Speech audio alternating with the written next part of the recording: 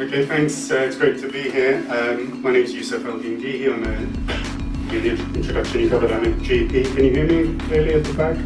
Yeah, great. I'm a GP in Tower Hamlets, and I've been writing and campaigning on the NHS for a few years now. Obviously we've only got a few minutes in this first bit, so I'll try and very quickly cover the general overview in those 5 minutes or so of what's been happening. I ended up writing a book to try and inform the public really of what is happening to the NHS, and that book's Habits Mental NHS in 10 Easy Steps, trying to outline the 30-year journey of how the NHS has been gradually converted into a market system and been privatised by stealth, and how we're actually in the end game, sadly, en route to the expansion of a private health insurance system.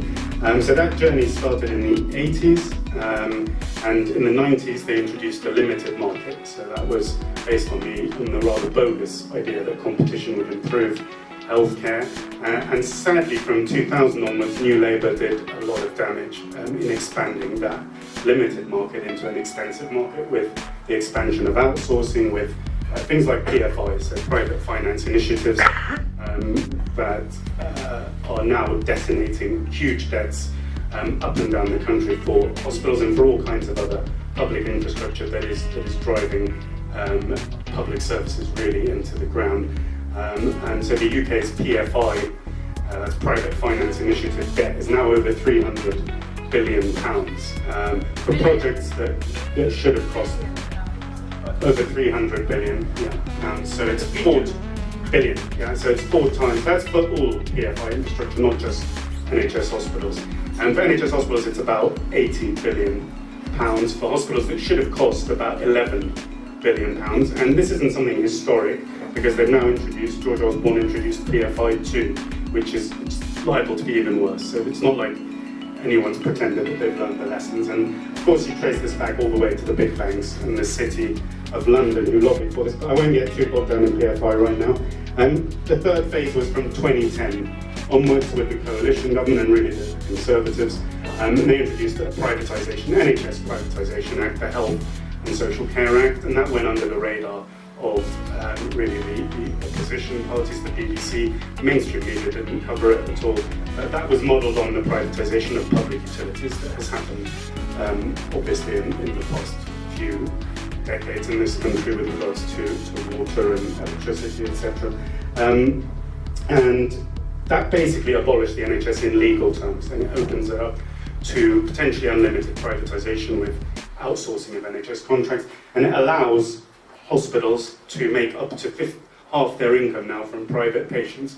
And so if you go into big, world-class, world-famous NHS hospitals, say in London or elsewhere, places like the Royal Marsden or others, there's basically a 2-tier system already in place. So private wards are expanding, NHS wards are being closed down, and that was all enabled by that Privatisation Act, the Health and Social Care Act in the last Parliament. In terms of what's happening now, post-2015 with the Conservative victory, they're basically consolidating privatisation, all the while, of course, reassuring the public that they love the NHS, which is simply not true.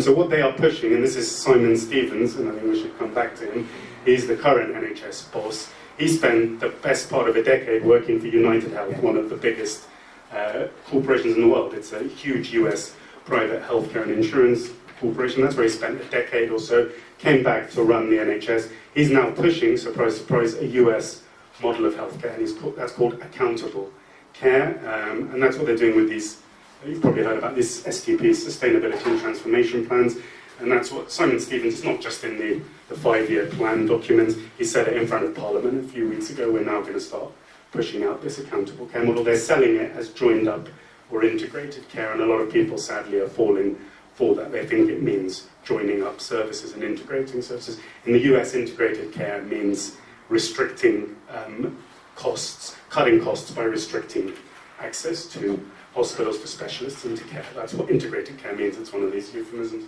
So that's where we are. Brexit, TTIP, I think some of us, obviously, in terms of progressives, thought that getting out of the EU-US trade agreement might be a good thing, but sadly, of course, with the hard right turn, Theresa May and the Brexiteers are really in favour of a free trade agreement with Trump's US that would basically probably be worse, I imagine, than TTIP. It would be TTIP magnified, and it would be opening up the NHS even more to US private healthcare and insurance. So I think I'll leave it there in terms of an overview, and we can think about constructive solutions later.